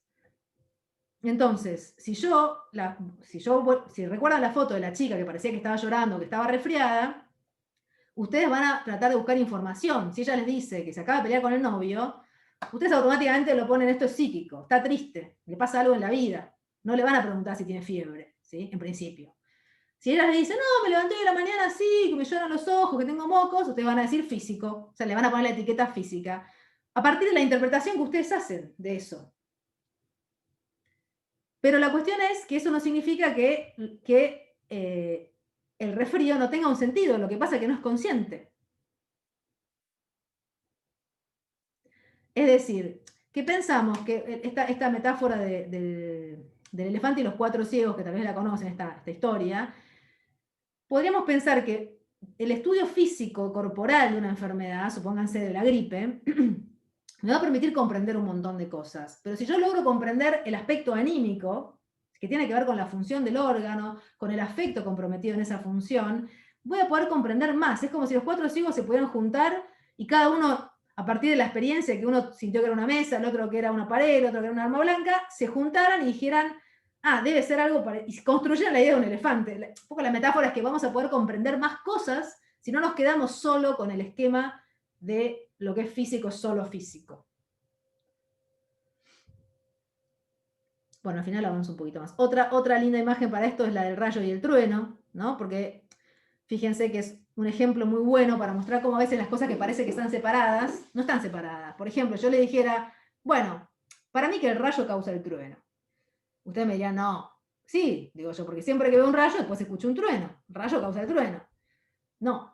Usted me dirá, no, lo que pasa es que el rayo, o sea, hay una descarga electromagnética que produce, por un lado, la descarga lumínica y por el otro lado, las ondas sonoras, pero unas viajan más rápido que las otras. Vos ves primero la luz y después escuchás el sonido. Pero en realidad es el mismo fenómeno. Bueno, esto es la misma idea, es decir, nosotros vemos lo psíquico o vemos lo somático, pero son parte de un mismo fenómeno. La persona es una sola, y es cuerpo y alma, siempre. Esa es un poco la idea, ¿no? Lo que pasa es que a veces no conocemos uno de los dos costados. Entonces decimos, si no lo conozco, lo etiqueto como físico. Pero ¿es que es físico o es que yo no estoy conociendo el sentido? Volviendo al ejemplo del principio, ¿no? Cuando se atraganta me doy cuenta del sentido, pero si tiene un cólico biliar, no. Pero es que no lo tiene o es que yo no estoy encontrando ese sentido que está más reprimido, que está más oculto, que no es tan fácil de identificar. Bueno, estamos llegando al final. Esta es otra idea, ¿no? Yo puedo ver los perfiles o puedo ver el jarrón, puedo ver cuerpo o alma, enfoco uno o enfoco el otro, no puedo ver los dos a la vez, pero puedo alternar bastante rápido, ¿no? Cuando estudiamos el significado inconsciente de las enfermedades, vamos adquiriendo una cierta cancha, digamos, para ver el drama en la enfermedad, ¿no? El drama oculto. Un poco la conclusión de esto es que, a diferencia de lo que dijimos de que algunas enfermedades se conciben como psicosomáticas, aquellas causadas por una causa psíquica, lo que va a decir Kiosa es no, si pensamos que todos los órganos son cuerpo y tienen un aspecto físico y tienen un sentido, entonces todas las enfermedades, ya no podríamos pensar en una enfermedad que no tenga sentido, porque toda enfermedad afecta a alguna parte del cuerpo. Entonces pensamos que una enfermedad, que son las dos caras de la moneda, yo la puedo estudiar como algo físico, ¿no? Pero también la puedo comprender como un significado inconsciente, ¿sí? Que forma un capítulo en la vida del enfermo que está reprimido y que yo a primera vista no lo veo. Y como no lo veo, pienso que no está y digo que es algo físico. Materia, idea, psique, soma, psique, ¿no? Como lo quieran pensar. Y entonces, lo que llamamos afecciones corporales, ¿sí? Somáticas, todas estas que habíamos visto al principio, vamos a pensar que son en realidad afectos deformados, irreconocibles, como vimos en el caso de la taquicardia paroxística. Importante es esto, deformados de una manera típica y universal. ¿Qué significa esto? Que así como todos cuando nos ponemos tristes lloramos, el afecto se manifiesta igual en todas las personas, de la misma manera cuando este afecto se deforma, se manifiesta igual. Entonces, todas las hepatitis significan lo mismo, a grandes rasgos. Después cada uno le dará sus elementos personales de su vida. Pero todas las hepatitis significan lo mismo y significan algo distinto que las afecciones renales. Porque el hígado, o la vesícula biliar si quieren, es un órgano que funciona para algo muy distinto que el riñón. El riñón filtra y discrimina. ¿Con qué me quedo y qué elimino? La vesícula biliar secreta un líquido para descomponer los alimentos e incorporarlos. Fíjense que son dos ideas distintas. Bueno, cuando se alteran, también expresan dos afectos distintos. Entonces, esta es la idea que plantea Kiosa de que cada enfermedad tiene un significado específico. Expresa un afecto específico, que es lo que nos habíamos preguntado al principio, un drama específico, como si fuera el guión de una película, de una historia, que es diferente en el caso del riñón, en el caso del pulmón, en el caso del hígado, porque cada función de cada órgano es distinta. O sea, que cuando el sujeto se enferma de la vesícula, no está expresando el mismo drama inconsciente que el que enferma del riñón. Como decíamos recién, cada enfermedad tiene su guión biográfico típico. Y a esto Kiosa lo va a llamar fantasía específica inconsciente. O sea, que era el significado específico inconsciente de la enfermedad. Y entonces ya no pensamos, fíjense, me voy a adelantar un cachín. Bueno, me voy a adelantar un cachito para no hacerlo tan largo, pero quiero ir a esta. Ya no pensamos la cuestión como psicogénesis. Normalmente se dice esto, por ejemplo, supónganse, hay una predisposición genética, hay un agente infeccioso, hay un factor psíquico que se agrega, ¿no? Que no sabemos muy bien dónde está, y entre todos van a causar la enfermedad. Bueno, esto no es lo que nosotros pensamos. Chau, por eso vuela. No, nosotros pensamos que todo es psíquico y somático, que no hay enfermedades que sean solo psíquicas, ni hay enfermedades que sean, solo somáticas, ni hay enfermedades que sean solo psíquicas, porque lo que yo llamo, por ejemplo, Un acto fallido también tiene su correlato físico. Probablemente yo pueda estudiar que hay alteraciones neurológicas cuando yo me confundo la palabra que tienen que ver, y a lo mejor el día de mañana se descubran, pero ¿eso hace que deje de tener sentido? No, tiene sentido si lo sé comprender. Antes de Freud no se sabía. ¿Tá? Entonces, yo voy a pensar con este mapa, con esta teoría, pienso que todo trastorno corporal oculta, porque es inconsciente, oculta y expresa a la vez como todo síntoma, y bueno, un drama, una historia, un drama, tómelo como sinónimos, afectos, ¿sí? Fantasías, pero que son propias, específicas e inconscientes, faltaría agregar acá, ¿sí? Por eso decimos que oculta. Esa es la conclusión y ese es el enfoque de Quiosa, y eso es como él va a abordar con los grupos de investigación. Han estudiado más de 20 o 25 enfermedades, llegando a conclusiones, esas son las que vemos en el curso, a conclusiones muy interesantes, a partir de por así decir, suelo teórico que les recontra resumí, y que ya terminamos, si no, si estamos. Ahora, si todavía están con energía, podemos habilitar algunas preguntas. Acá les puse, yo tengo muchas clases subidas a YouTube, si las quieren ir a escuchar, y acá están las páginas, la página de la fundación, esta página es mía, pero la de abajo de la fundación tiene, como les dije al principio, toda la bibliografía, la pueden ir a leer, la verdad que eso está buenísimo, pueden ir a ver entrevistas, pueden profundizar en el tema, esto fue una primera aproximación, ¿sí? Bueno, me gustaría escuchar, si quieren preguntarme, comentar, si pudieron, si fue muy largo. La verdad es que nunca di esta clase en una sola hora.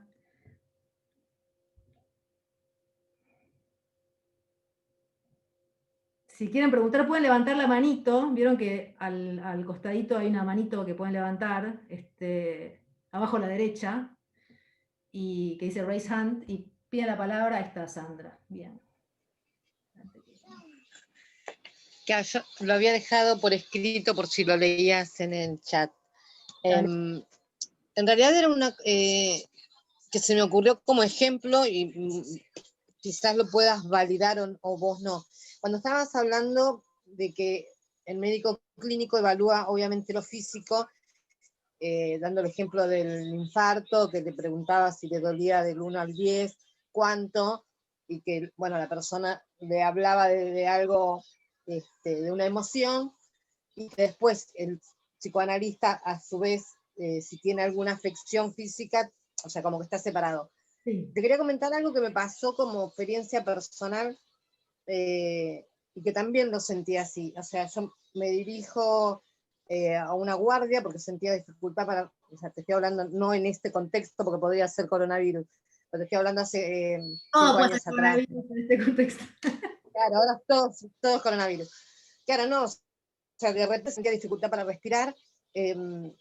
A ver, lo que sentía físicamente es que yo estaba respirando, porque soy consciente que estoy respirando, pero que ese aire no me era suficiente porque me ahogaba.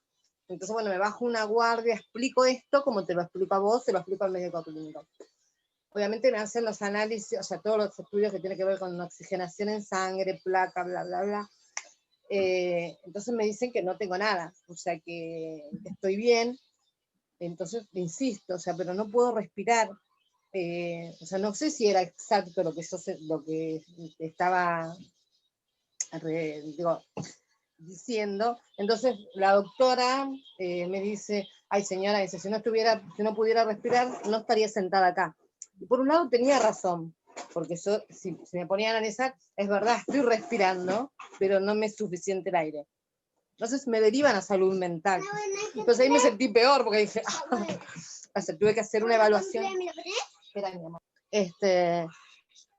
Bueno, una evaluación de, bueno, en el CESAM de Buenos Aires, para ver si necesitaba terapia o si era psiquiátrico. Bueno, o sea, en definitiva era un ataque de pánico, según, obviamente, el diagnóstico. Pero, o sea, ahí entendí que o sea, se me manifestaba físicamente, pero no era algo. Sí, creo que ahí te... A ver, ¿estás ahí? ¿Cómo me fui yo? Pero me parece que me congelé yo. ¿Me escuchás ahí? Sí, claro. Ahora sí, sí. Así se me fue un poquito el internet. Uf, justo ahora. Bueno, ahí te respondo. Mirá, en realidad, lo que vos decís, en el contexto de lo que venimos hablando, sería justamente normalmente, para que te... silencio para no tener ruido. Normalmente uno diría, bueno, esto no trae tanta complicación al esquema normalmente, porque uno dice, bueno, esto es algo anímico, si es un ataque de pánico. El problema es la frase no tenés nada. Porque no tenés nada, no es que no tenés nada, algo tenés. ¿No? De hecho, Weizsäcker tiene una historia clínica muy linda donde relata todas unas peripecias de un paciente que empiezan por esto de que le dicen usted no tiene nada. ¿No? Dice, algo tenés. Lo que pasa es que como ellos no encuentran algo físico muy concreto que sea compatible con las cuestiones cardiovasculares, dicen, esto es nada. O, plan B, es algo psicológico. Pero fíjate que ahí ya como te dicen algo psicológico, muchas veces es como si fuera, bueno, no es tan importante. Si fuera un infarto, en serio, es algo importante. Si es algo psicológico, bueno, anda a psiquiatría, ¿no? Qué sé yo. ¿No? Digamos, por ahí no, pero muchas veces se ve de esta manera. Lo que pasa es que lo que nosotros acá queremos, obviamente, en esa manifestación, más allá de que yo siempre pido que traten de no vamos a meternos con la vida de cada uno, ¿no? Pero la cuestión es que obviamente la emoción, la angustia, el pánico, el miedo, todo eso va acompañado de una descarga o de sensaciones físicas, ¿no? El problema es cuando pasa al revés, cuando una persona tiene una alteración física y te dice que no siente nada particular, que está bien. Ahí es donde es más difícil encontrar la cuestión anímica. Ahí es donde el médico va a decir, esto es físico, no tiene nada que ver con la vida de la persona, muchas veces sostenido también por la persona, que le va a decir, no, ya, supónganse la taquicardia paroxística, el ejemplo que vimos. La chica te va a decir, no, yo estoy bien, pero de repente me late el corazón, pero yo estoy bien, mi vida está bien. Bueno, porque está reprimido. Y el problema es que cuando luego lo reprimimos, perdemos el acceso a eso. Es mucho más difícil. Cuando el malestar es anímico, tenemos una pista de por dónde nos tenemos que meter. Cuando el malestar aparece como algo físico, la cuestión es mucho más complicada porque está mucho más lejos de la conciencia, ¿no? Pero si lo sabemos entender, si lo sabemos comprender, tenemos una manera o un camino para acercarnos a eso, ¿no? Por lo menos partir de la idea de decir, el hecho de que sea físico no significa que no tenga nada que ver con la vida de la persona. Después, si podemos saber qué tiene que ver, mejor, ¿no? Pero bueno, por lo menos no descartar que la cuestión sea solo física. ¿Se entiende? ¿Alguien más quiere preguntar, comentar? ¿Alguna duda? Yo tengo la impresión de que fue por ahí un poco mucho, ¿no? Pero no sé cómo lo sintieron ustedes, si lo pudieron seguir bien.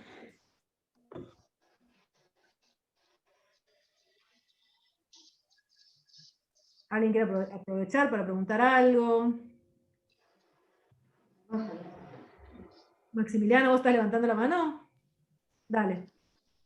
¿Qué tal? Buenas tardes. ¿Cómo estás? Te quería consultar, que es una duda que tengo, con respecto a, por ejemplo, si viene el caso te traigo como ejemplo, una persona que tiene un conflicto con alguien en el trabajo y cada vez que va a su trabajo se siente enojo o alguna emoción fuerte y tiene cierta descarga, entiendo yo, hormonal, de adrenalina además, o algo por el estilo, digo, ¿tiene algo que ver con esto de que ese tipo de descarga, al ser crónica, pueda llegar a afectar a su cuerpo? ¿O no precisamente es lo que ustedes están tratando de transmitir?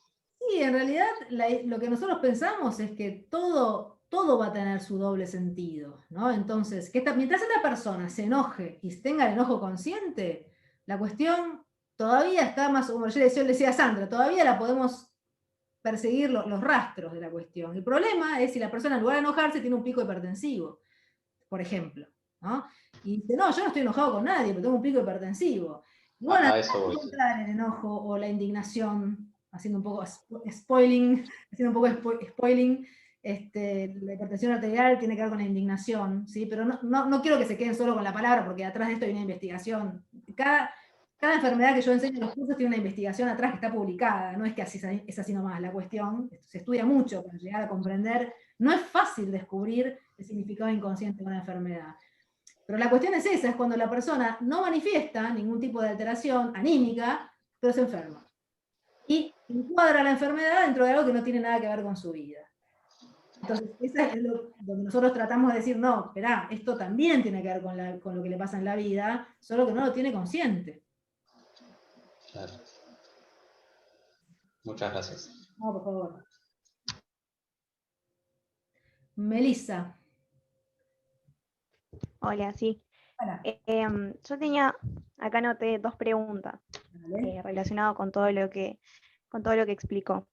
La primera sería, ¿cómo saber cuando una persona está enferma? O sea, ¿qué síntomas o cuáles serían como las características de cuando una persona está enferma anímicamente, ¿no? Y después sería, ¿cuál sería el tratamiento? ¿Cuál sería como la cura o la solución? Si fuera, por un ejemplo, una persona que no sé, que tiene ataques de pánico y que esté relacionado con lo anímico, ¿cuál sería la solución a eso o cómo ayudar a una persona que está atravesando por eso, en ese caso, ¿no? Bien, perfecto. Yo quiero que trates de responder vos la primera pregunta siguiendo, obviamente, lo que venimos explicando. Como yo les digo al principio, yo no pido que ustedes, no espero que ustedes salgan convencidos de esto, porque es una, a ver, si se capta bien, es un cambio de epistemología, es pensar las cosas de una manera muy distinta a como se suelen pensar. Pero si vos, Melissa, seguís lo que venimos hablando, ¿no? ¿Cómo saber cuando una persona está enferma anímicamente? En realidad, toda enfermedad es anímica, ¿se entiende? Y toda enfermedad es física.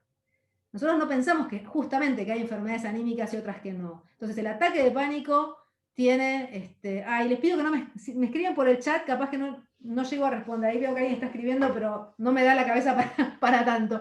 Entonces, el ataque de pánico, nosotros lo podemos estudiar como una descarga de neurotransmisores, o como decía Maximiliano, las hormonas, la cuestión del cerebro, perfecto, es el lado físico de la cuestión. Pero también podemos comprender qué significa que alguien tenga un ataque de pánico o un ataque de angustia, qué es lo que le pasa, qué sentido tiene esto, ¿no? ¿Por qué la persona se angustia de esa manera? Y ahí estamos tratando de comprender el drama de la persona. Y justamente pensamos que todo lo podemos abordar de estas dos maneras. Entonces, toda enfermedad la vemos nosotros como una enfermedad anímica y física. Todo es psicosomático, según este punto de vista. No es que hay cosas que son solo psíquicas y otras solo somáticas. ¿Te respondí la primera pregunta con esto? Sí, quedó claro. Bien. ¿Cuál sería el tratamiento? Bueno, si el motivo, si lo que, digamos, no quiero decir causa porque estoy otra vez apelando a la cosa mecánica, pero si nosotros concebimos la enfermedad como expresión de algo que reprimimos, acuérdense el iceberg, acuérdense el salón, yo lo saco del salón porque no lo quiero sentir, supónganse que esta chica que tiene envidia, que se encuentra en la fiesta con la amiga, habíamos dicho que podía irse a su casa y soñar que la amiga la pisaba el auto, que podía tener un acto fallido y que le tiraba el vino a la amiga, que podía tener un ataque de angustia, eso es medio inespecífico. Y si tuviera un síntoma físico, el síntoma físico que mejor cuadra con la envidia, acá les pido un poco un acto de fe porque no tuve tiempo de explicarlo, es el cólico biliar. ¿Sí? Por todo esto, un poco que habíamos dicho de la bilis, de lo verde, de la vesícula biliar, lo que hace es atacar afuera los alimentos, descomponerlos para incorporarlos, es lo que hace la araña con su veneno, es el mismo mecanismo, se llama digestión externa. Entonces, lo que mejor el órgano que mejor expresa esta idea de querer destruir lo que veo que vos tenés y yo quisiera tener es la vesícula biliar. Entonces esta chica podría tener un cólico biliar, ¿sí? Y no sentir envidia y tener el cólico biliar. Pero todas estas enfermedades las comprendemos como expresión de algo que se reprimió. Por lo tanto, yendo a tu pregunta, ¿cuál es el tratamiento? Ser consciente. Nosotros pensamos que el camino es hacer consciente lo inconsciente. Si ella puede soportar entrar en contacto con la envidia que tanto le dolía, bueno, ahí empieza a tener un camino para decir, fíjense que es muy distinto que ella llegue a su casa y diga, qué envidia que tengo esta guacha que se lo levantó al jefe. ¿Por qué? Porque ella tiene la envidia en la conciencia, ella puede empezar a pensar, puede decir, bueno, a ver, momento, pero ¿por qué tengo tanta envidia? Pero ¿y cómo hizo ella para levantarse al jefe? A lo mejor descubre, ejemplo medio pavote, ¿no? Pero a lo mejor descubre que la amiga siempre se va bien vestida al trabajo y es muy simpática, y en cambio ella siempre está descuidada y con mala cara, y a lo mejor empieza a poder emular lo que hace la amiga, imitarlo, y así poco a poco empieza a hacer una transformación en su carácter y empieza a ser una persona que desarrolla las capacidades para poder tener lo que la amiga tiene. Tal vez no el jefe, pero otro hombre, ¿sí? Entonces, si yo tengo el conflicto en la conciencia, estoy en mucho mejores condiciones para poder resolverlo. Esto es lo que plantea el psicoanálisis en general. Si yo lo reprimo, me olvido de la envidia, tengo el cólico biliar, es muchísimo más difícil, ¿sí? Pero el camino es el mismo, es poder hacer consciente lo inconsciente.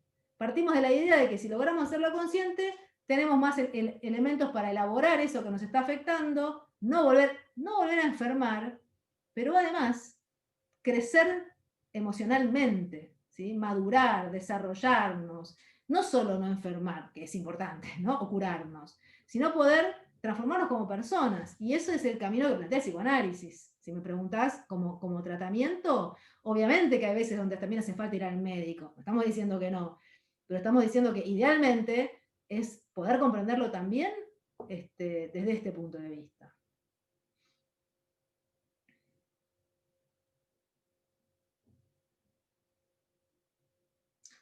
Agustina será, ¿no? Sí. Yo quería hacer una pregunta. Con respecto a lo que es congénito, lo que está ligado a lo que se hereda genéticamente, ¿qué explicación habría al respecto?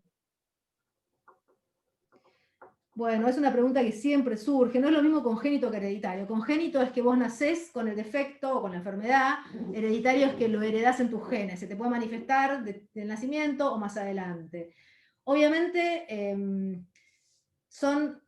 por ejemplo, en lo hereditario nosotros pensamos, primero, que no todo lo que se hereda se expresa en una enfermedad, ¿no? Vos podés tener una predisposición para enfermarte y podés no enfermarte, o enfermarte poco, o enfermarte mucho, depende de las enfermedades también, ¿no? Es decir, pensamos que ahí interactúa, por un lado, una cuestión que va más allá del sujeto, en lo físico y en lo anímico, que tiene que ver con digamos, también el carácter se hereda, ¿no? También los estilos se heredan. Entonces hay algo que va más allá de la vida del sujeto, sobre lo cual probablemente sea difícil que podamos operar como terapeutas, pero después también hay un componente de lo que él hace en su vida con esa predisposición que le tocó, ¿no? Entonces, no es que pensamos que porque es hereditario es físico, sino que lo pensamos igual, solo que de alguna manera pensamos, bueno, esto va más allá de él, tiene que ver con algo que estuvo antes de que él existiera y se le transmitió a él, y entonces también nuestro abordaje va a ser obviamente limitado, no es que vamos a poder hacer que alguien que nació con un riñón le crezca el segundo riñón, ¿no? Porque se analiza. Pero de alguna manera vamos a tratar de comprender cómo esto impacta en su vida desde este otro punto de vista. Ahora, sin duda que también estamos llegando por ejemplo, algo congénito, alguien que nace con una malformación congénita. Bueno, obviamente que estamos como en los bordes de la teoría. Acuérdense que esto es una teoría, ¿no? Las teorías no siempre lo pueden explicar todo. Si yo te tuviera que decir cómo comprender el significado inconsciente de alguien que nace con una malformación en un órgano, y me parece dificilísimo. Es decir, yo si lo tengo como paciente voy a tratar de analizarlo y de ayudarlo y de ver, y a lo mejor me encuentro con que aparecen cuestiones que tienen que ver con ese drama en su vida. Voy a tratar de usar esta teoría, pero estamos como en los bordes de lo que podemos explicar, ¿no? Ahora, de ahí yo no te diría que no tiene un sentido eso en la vida del sujeto, ¿no? Pero son dos cosas distintas. Una cosa es lo congénito y otra cosa es lo hereditario, ¿no?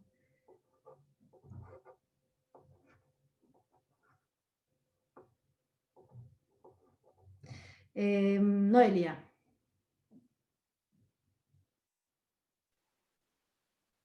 ¿Se me escucha? Sí. ¿Se me escucha o no? Ay, yo no escucho. A ver, yo no sé si se me escucha. ¿Vos me escuchás?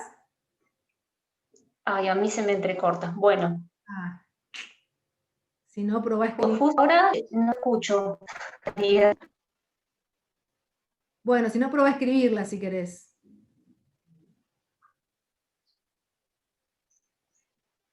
Si se escucha, te comento, no comentario más nada lo mío. Primero decirte que me gusta muy clara, sos para explicar, que me gustó muy linda la exposición.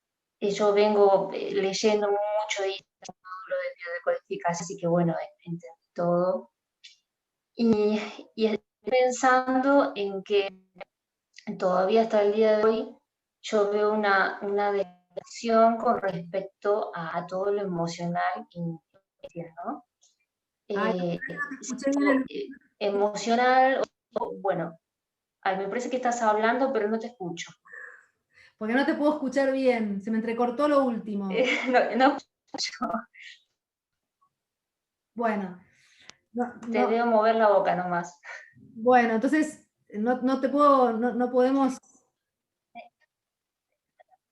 lamento, pero no te puedo escuchar. No podemos dialogar. Si querés escribilo por el chat.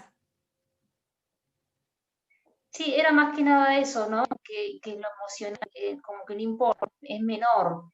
Y no ver el conjunto, que somos seres, que no es que una cosa sea más importante que lo físico, más importante que lo mental, que lo psico, digamos. Ok. No. Y estamos muy lejos. Yo me acuerdo, bueno, cuando era chica, tuve muchos años de dolor de pierna, de la pierna derecha, al día de hoy a veces me aparece. Mi mamá me llevó fuera de la provincia, me hizo estudios, y alguien le dijo, y dijo, ah, bueno, listo. Terminó toda su investigación, como que no había nada para hacer o no tenía. Ah, bueno, es emocional. Así que bueno, estaría bueno que eso vaya cambiando todo desde los médicos. Si no empieza desde ahí, pues la gente es muy difícil, me parece a mí, que pueda Bueno, bajar todo eso. ahí te respondo. Mira, yo creo que muchas veces la demanda de esto o la percepción de esto muchas veces viene de la gente, ¿no? Hay pacientes que no quieren saber nada, personas que no quieren saber nada con esto, pero muchas veces es la misma persona la que busca y se pregunta, lo que yo le decía, ¿por qué me enfermé? ¿No? Porque es una pregunta que cuando uno se deja el espacio surge, ¿no? Y yo estoy de acuerdo con lo que vos decís, yo creo que no es que lo anímico es más importante que lo físico más importante que lo anímico, son dos aspectos del sujeto, de la persona, ¿no? Que la persona viene con estas dos cosas, con estas dos partes. Y entonces tampoco es que pensamos Lo que pasa es que en general lo que ocurre es que si yo logro encontrar la explicación física, descarto que sea anímico. Digo, ya está, es físico, por lo tanto no es anímico, ¿no? Si no encuentro una explicación física, digo, es anímico por descarte, porque no encuentro una explicación física, ¿no? Porque muchas veces las clasificaciones de las causas, supónganse, no sé, de alguna enfermedad, aparece la causa infecciosa, la causa traumática, y abajo de todo psicógeno, ¿no? Como diciendo, bueno, si ninguna de estas se enganchó, es psicógeno, ¿no? Bueno, no es así como nosotros lo pensamos. Nosotros pensamos que toda alteración tiene este otro aspecto, pero no que es más importante, que es otra manera de comprenderlo, que yo, un poco sería la idea del gesto, ¿no? Es decir, la enfermedad como un gesto inconsciente, es decir, está expresando algo, de la misma manera que antes se pensaba que los sueños no significaban nada, o que los actos fallidos no significaban nada, porque no se conocía el significado. De la misma manera decimos, bueno, la enfermedad orgánica es como si fuera un gesto, pero realizado de manera inconsciente. Y lo puedo comprender. Y si lo puedo comprender, tengo mucho más elementos para ayudar al paciente a estar mejor. Aunque muchas veces esto no significa que no vaya al médico y que no tenga que tomar el antibiótico. No es que estamos diciendo que no tiene que recurrir a la medicina. Pero supónganse, yo tengo cefaleas, me duele la cabeza. Bueno, si me duele la cabeza y tengo que trabajar, me tomo un Ibupirac, bueno, ya está, se me pasa el dolor de cabeza, bueno, listo. Ahora, si a mí todas las semanas me duele la cabeza, me tengo que empezar a preguntar qué me pasa a mí en la vida, además de ir al médico, ¿no? Tengo que empezar a decir, ¿qué está pasando? O por lo menos yo sugiero, ¿no? Que uno se pregunte, ¿qué está pasando? No estamos refiriéndonos a Obviamente, cuando algo es muy banal, muy pasajero, bueno, pasa. Pero cuando no, vale la pena decir, bueno, a ver, esto tendrá algo que ver con mi vida, lo podremos relacionar, ¿no? Y obviamente desde la medicina sería súper deseable, ¿eh? Pero también desde la psicoterapia, porque muchas veces los mismos psicoterapeutas descartan que la cuestión se relacione con algo anímico, ¿no? Entonces, ya si ni el psicoterapeuta se lo plantea, bueno, tenemos menos elementos todavía, ¿no?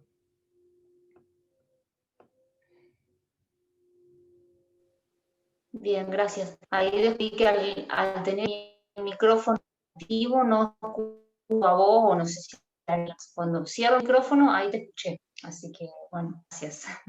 Ok, bueno, me alegro que hayas podido escuchar la respuesta. Bueno, a ver, algunos pusieron cosas por el chat. Acá les preguntan por la obesidad. Bueno, yo no les hay una investigación sobre la obesidad, la pueden ir a leer, está en el tomo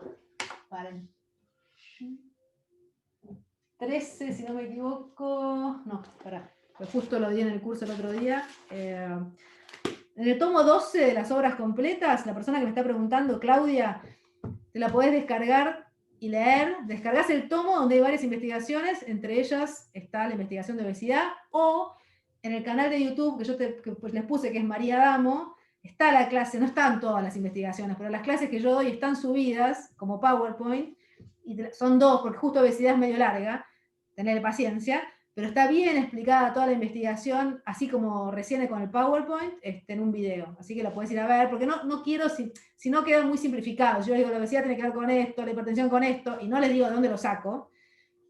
Preferiría que vayan a leerlo, pero sí está investigado. Sí. Gracias, me acabo de suscribir a tu canal. Bueno, bárbaro. Bueno, entonces espero que les haya interesado. La idea es poder seguir el año que viene ampliando esta cuestión, porque como vieron fue una presentación súper condensada, un montón de conceptos que dan para seguirlos, para desarrollarlos, para verlos más en profundidad. Y bueno, pueden entrar a chusmear a las redes o a las páginas y ver si les interesa y seguir avanzando en esto. Así que bueno, si no tienen más preguntas, nos despedimos.